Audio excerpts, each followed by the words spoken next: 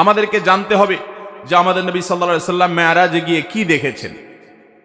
তিনি মেরাজে গিয়ে যে বিষয়গুলো দেখেছেন এর ভিতরে একটা বিষয় হলো তিনি জিবরিলকে দেখেছেন। জিবরিল ফেরেশতাকে তিনি তার আপন যে সুরত, তার আসল যে রূপ, সেই রূপে তিনি দেখেছেন। বিভিন্ন বর্ণনা দ্বারা প্রমাণিত যে জিবরিলকে আল্লাহ রাব্বুল আলামিন কতগুলো ডানা দিয়েছেন? 600 ডানা। আয়াত সূরা ইসরাতে আল্লাহ তাআলা বলেছেন সুবহানাল্লাযী আসরা বিআবদি। নবী করিম সাল্লাল্লাহু আলাইহি সাল্লাম নিজে নিজে যান নাই, দুনিয়ার কোন সিস্টেমের আওতায় তিনি যান নাই। আল্লাহ তাআলা জিবরিলকে পাঠিয়ে বোরাকটাকে শুধুমাত্র উপকরণ হিসাবে একটা মাধ্যম রেখে আল্লাহ তাআলা নিজে তাকে অলৌকিকভাবে এই ভ্রমণ করিয়েছেন। এজন্য আল্লাহ তাআলা এই ভ্রমণের সম্বন্ধ তার নিজের সত্তার দিকে করে বলেছেন সুবহান আল্লাযী আসরা বিআবদি। তিনি ওই সত্তা পবিত্রতম, তিনি পবিত্র যিনি তার বান্দাকে রাত্রিকালীন এই ভ্রমণটা তিনি করিয়েছেন। তাহলে এই ভ্রমণের সম্বন্ধ আল্লাহ দিয়ে করা হয়েছে, তিনি নিজে করেছেন। আর আল্লাহ তাআলা সম্পর্কে ঈমানদারের ঈমান হলো যে আল্লাহ তাআলা কাদির, তিনি যা চান তার সবকিছু তিনি কুন বললেই ফায়াকুন সেটি হয়ে যায়। বিধায় মেরাজ এবং ইসরার ঘটনা নিয়ে যদি কোনো সন্দেহ সংশয় থাকে, বিশেষ করে ইসরা নিয়ে যদি কোনো সন্দেহ থাকে, তাহলে সেক্ষেত্রে কোরআনের প্রতি সন্দেহ করার নামান্তর, কারণ কোরআনে আল্লাহ তাআলা এই ঘটনা উল্লেখ করেছেন। মোহতারাম হাজরিন, নবী করিম সাল্লাল্লাহু আলাইহি সাল্লামের মেরাজের দুইটা পার্ট ছিল, দুইটা অধ্যায় ছিল। একটা পার্ট হলো ইসরা, আরেকটা পার্ট হলো মেরাজ। ইসরা শব্দের অর্থ হলো রাত্রিকালীন ভ্রমণ, রাতের সফর। আর মেরাজ এটা বলা হয় ঊর্ধ্বে গমনের মাধ্যমকে, সিঁড়িকে। তার মানে ঊর্ধ্বে গমন বোঝানো হয়েছে মেরাজ দিয়ে।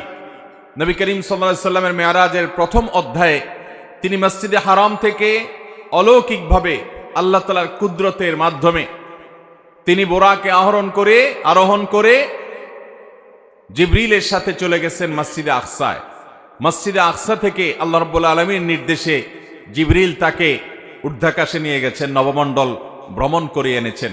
এই পুরো সফরটাকে আমরা সংক্ষেপে মেরাজের সফর জানি, কিন্তু এর প্রথম অংশটি কোরআনে এসেছে, আর দ্বিতীয় অংশটি ঊর্ধ্বে গমন বিষয়টি অসংখ্য বিশুদ্ধ হাদিসে বর্ণিত হয়েছে।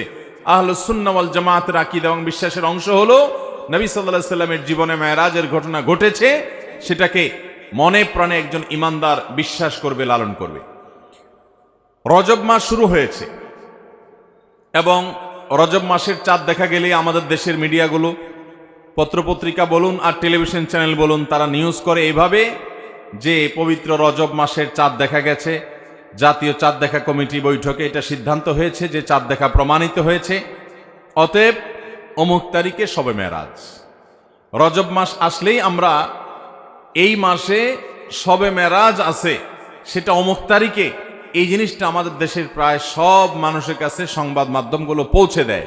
কিন্তু যেই সংবাদটা পৌঁছানো দরকার, যেই সংবাদটা পৌঁছানোর জন্য কোরআনে তাকিদ দেওয়া আছে, সেই সংবাদটা এদেশের শতকরা তো দূরের কথা, হাজারে একজন মানুষও জানে কিনা সন্দেহ। সেটা হলো রজব মাস হলো সম্মানিত 4 মাসের একটা। আল্লাহ তাআলা কোরআনে কারীমে বলেছেন ইয়াসআলুনাকা আনিশ শাহরিল হারামি কিতালিন ফীহি কুল কিতালুন ফীহি কাবীর ইলা আখিরিল আয়া। আল্লাহ তাআলা অন্য আয়াতে বলেছেন ইন্না ইদ্দাতাশ শুহুরি ইনদাল্লাহি 12 শাহরান ফী কিতাবিল্লাহ ইয়াওমা খালাকাস সামাওয়াতি ওয়াল আরদ মিনহা আরবাআতুন হুরুম। বছরে 12টি মাস আছে। এই 12 মাসের মধ্যে 4টি মাসকে আল্লাহ রাব্বুল আলামিন কোরআনে ঘোষণা দিয়েছেন সম্মানিত মাস। সেই সম্মানিত 4 মাসের একটি হলো এই রজব মাস। আমরা রজব মাস আসলে মেরাজের মাস এটা জানি, অথচ রজব মাস যে সম্মানিত 4 মাসের এক মাস, সম্মানিত মাস হিসাবে এই মাসে বিশেষ কিছু করণীয় বর্জনীয় আছে, সে বিষয়ে এদেশের বেশিরভাগ মুসলমান জানে। মুহতারাম হাজিরিন, এখন প্রশ্ন হলো যে এই মাসে কি আদৌ মেরাজ হয়েছে কিনা। এ বিষয়ে ঐতিহাসিক এবং হাদিস বিশারদ, হাদিস বিশ্লেষক, ওলামায়ে কেরামের প্রায় 16টির মতো মত আছে। কতটি মত আছে? 16টি মত। অনেক ইমাম বলেছেন নবী করিম সাল্লাল্লাহু আলাইহি সাল্লামের মেরাজ হয়েছে রজব মাসে। এর মধ্যে নির্দিষ্ট করে 27শে রজব, এই রাতে 27তম রাত রজব মাসের এই রাতে মেরাজ হওয়ার কথা বলেছেন ইমাম আব্দুল গনি আল মাকদিসি রাহিমাহুল্লাহ সহ আরো কয়েকজন হাতে গোনা ইমামগণ। আর এর বাইরে অনেক বড় বড় ইমাম, অনেক বড় বড় মুহাদ্দিস এবং ইতিহাসবিদগণ তাদের মত অনুযায়ী নবী সাল্লাল্লাহু আলাইহি সাল্লামের মেরাজ হয়েছে অনেকের মতে রমজান মাসে, অনেকের মতে রবিউল আউয়াল মাসে, অনেকের মতে শাওয়াল মাসে। এক একজন এক এক মত দিয়েছেন এবং সেটি নবী সাল্লাল্লাহু আলাইহি সাল্লামের হিজরতের 1 বছর আগে হয়েছে, এই মতটি বেশিরভাগ মুহাদ্দিস এবং ওলামাদের মত।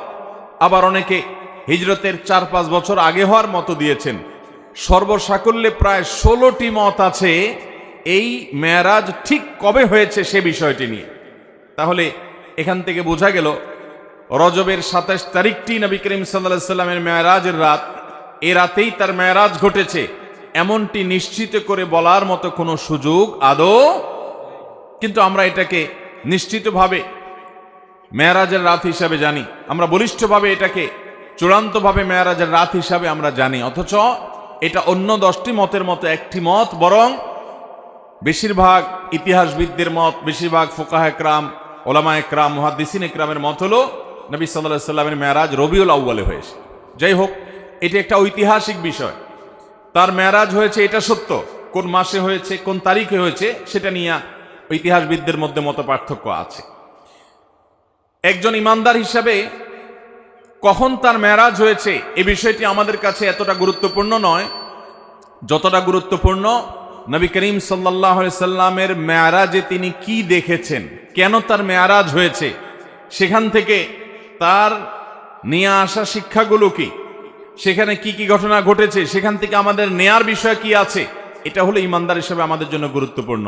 নবী সাল্লাল্লাহু আলাইহি সাল্লামের মেরাজের তারিখ, ক্ষণ, সন এটা যদি এত গুরুত্বপূর্ণ হতো তাহলে বুখারীতে, মুসলিমে, তিরমিজিতে, আবু দাউদে, নাসাইতে বিভিন্ন হাদিসের কিতাবে নবী সাল্লাল্লাহু আলাইহি সাল্লামের মেরাজের তারিখ, সন এগুলো খুব গুরুত্বের সাথে উল্লেখ করা হতো। নবী সাল্লাল্লাহু আলাইহি সাল্লামের জীবনে অনেক ঘটনা ঘটেছে, যেই ঘটনাগুলোর তারিখ, সন, ক্ষণ এগুলোকে সাহাবীরা এত বেশি গুরুত্বের সাথে সংরক্ষণ করার ব্যাপারে তারা বিশেষ নজর দিতেন না। যত বেশি নজর দিতেন নবী করিম সাল্লাল্লাহু আলাইহি সাল্লামের ওই ঘটনার মূল শিক্ষণীয় বিষয় কি সেদিকে। অতএব মুহতারাম হাজরিন, আমাদেরকে জানতে হবে যে আমাদের নবী সাল্লাল্লাহু আলাইহি সাল্লাম মেরাজে গিয়ে কি দেখেছেন। তিনি মেরাজে গিয়ে যে বিষয়গুলো দেখেছেন এর ভিতরে একটা বিষয় হলো তিনি জিবরিলকে দেখেছেন। জিবরিল ফেরেশতাকে তিনি তার আপন যে সুরত, তার আসল যে রূপ, সেই রূপে তিনি দেখেছেন। বিভিন্ন বর্ণনা দ্বারা প্রমাণিত যে জিবরিলকে আল্লাহ রাব্বুল আলামিন কতগুলো ডানা দিয়েছেন? 600 ডানা, এবং তার এক একটি ডানা এক প্রান্ত থেকে অপর প্রান্ত যতদূর মানুষের চোখ যায় ততদূর পর্যন্ত বড়। এত দীর্ঘ, এত বড় বৃহৎ 600 ডানা আল্লাহ তাআলা তাকে দিয়েছেন। জিবরিলের যে আসল রূপ, মহা সৃষ্টি আল্লাহ তাআলার, যে জিবরিল আয়াতুম মিন আয়াতিল্লাহ, আল্লাহর অসংখ্য নিদর্শনের মধ্যে জিবরিলের অস্তিত্ব একটা নিদর্শন। এটিকে নবী সাল্লাল্লাহু আলাইহি সাল্লাম মেরাজে তার আসল রূপে দেখার সুযোগ পেয়েছেন, এটি ছিল একটি। নবী করিম সাল্লাল্লাহু আলাইহি সাল্লামের মেরাজে তিনি আরো যা দেখেছেন তার মধ্যে দ্বিতীয় হলো বোরাক তিনি দেখেছেন। বোরাক একটি বাহন, এই বোরাক এটা ঘোড়া এবং গাধা এগুলোর সমজাতীয় কাছাকাছি পর্যায়ের এক ধরনের একটা বিশেষ বাহন, যেই বাহনের সমজাতীয় আরেকটা বাহন পৃথিবীতে নাই। এটা নবী করিম সাল্লাল্লাহু আলাইহি সাল্লামের জন্য আল্লাহ তাআলা স্পেশাল পাঠিয়েছেন। যদিও আল্লাহ তাআলা চাইলে তাকে সরাসরি উপরে তুলে নিতে পারতেন, কিন্তু আদ-দুনিয়া বিল ওয়াসাইল লা বিল ফাদাইল, দুনিয়াতে সবকিছু ওসিলা এবং মাধ্যম দিয়েই হয়। এজন্য আল্লাহ তাআলা এই বাহনটা ব্যবহার করেছেন। আল্লাহ তাআলা এই বাহনের মুখাপেক্ষী না, এটা ছাড়াও তিনি তার বান্দাকে নিতে পারতেন। তো এই বোরাকের সাক্ষাৎ নবী সাল্লাল্লাহু আলাইহি সাল্লামের সাথে হয়েছে। আমাদের দেশে অনেক ঘর বাড়িতে দেখবেন, অনেক দোকানে দেখবেন বিভিন্ন বড় বড় এরকম ছবি টাঙানো আছে, যে ছবিতে লেখা আছে নবীজির বোরাক, সে বোরাকের আবার 2টা ডানাও আছে, দেখছেন আপনারা? অথচ নবী করিম সাল্লাল্লাহু আলাইহি সাল্লামের বোরাক আমরা কেউ দেখেছি? তাহলে এই ছবি যে অঙ্কন করেছে সে কোত্থেকে দেখলো? বোঝা গেল এটা নবী সাল্লাল্লাহু আলাইহি সাল্লামের বোরাকের নামে প্রতারণা। তার বোরাকের ধরন কেমন ছিল এটা তিনিই জানেন।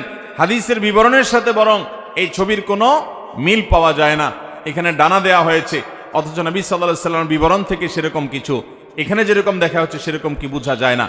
অতএব যারা বরকতের জন্য বোরাকের ছবি দোকানে টাঙ্গায় রাখেন, অফিস আদালতে টাঙ্গায় রাখেন, বাসাবাড়িতে টাঙ্গায় রাখেন, তারা এটার কারণে কোনো সওয়াব বা বরকত লাভ করা তো দূরের কথা, উল্টা গুনাহগার হবেন। কারণ নবী সাল্লাল্লাহু আলাইহি ওয়াসাল্লাম বলেছেন, বুখারীর হাদিস, লা তাদখুলুল মালাইকাতু বাইতান ফিহি কালবুন আও সূরা, যে ঘরে কুকুর থাকে অথবা কোনো প্রাণীর আকৃতি থাকে, ছবি থাকে, সেখানে আল্লাহর রহমতের ফেরেশতা প্রবেশ করবে। বিধায় নবীজির বোকরাকের নামে আপনি যে ছবি রাখছেন, এটার মাধ্যমে আপনার ব্যবসা বরকত হবে না, ঘরে বরকত নাজিল হবে না, বরং আল্লাহর বরকত এবং রহমত আসার দুয়ার বন্ধ হয়ে যাবে। আল্লাহ তাআলা আমাদেরকে নেক্সট সূরাতে শয়তানের এই ধোঁকা থেকে বেঁচে থাকার তৌফিক দান করুন। তাহলে নবী সাল্লাল্লাহু আলাইহি সাল্লাম মেরাজে গিয়ে দ্বিতীয় যে বিষয়টি দেখেছেন সেটা হলো বোরাক, আল্লাহর বিশেষ এক সৃষ্টি, যেটা আমরা কেউ দেখি নাই, তিনিও তার আগে দেখেন নাই, তারপরে আর দেখেন নাই। একটা বিশেষ সৃষ্টি, বিশেষ একটা বাহন, যেটার উপরে করে আল্লাহ তাআলা তাকে ভ্রমণ করিয়েছেন, রাত্রিকালীন ভ্রমণ। তৃতীয়ত তিনি যা দেখেছেন তা হলো, তিনি প্রতিটি আসমানে আল্লাহর একজন বিশেষ নবীর সাথে সাক্ষাৎ করেছেন। আল্লাহর যে সমস্ত নবীরা দুনিয়া থেকে বিদায় হয়ে গেছেন, মারা গেছেন, নবীগণ দুনিয়া থেকে চলে যাওয়ার পরও একটা বিশেষ হায়াত, বিশেষ একটা জীবন তারা লাভ করেন। আল্লাহ রাব্বুল আলামিন তাদেরকে অদৃশ্যের জগতে সে অলৌকিকভাবে এক এক আসমানে আল্লাহ তাআলা এক একজন নবীর সাথে, নবী করিম সাল্লাল্লাহু আলাইহি সাল্লাম আমাদের রাসূলের সাক্ষাৎ ঘটিয়েছেন।